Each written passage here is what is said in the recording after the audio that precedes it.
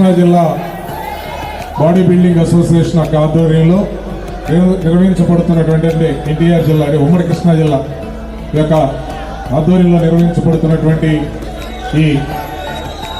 కాంపిటీషన్స్లో participate చేస్తున్నటువంటి ప్రతి ఒక్క క్రీడాకారులకి అలాగే గౌరవ జడ్జీలకి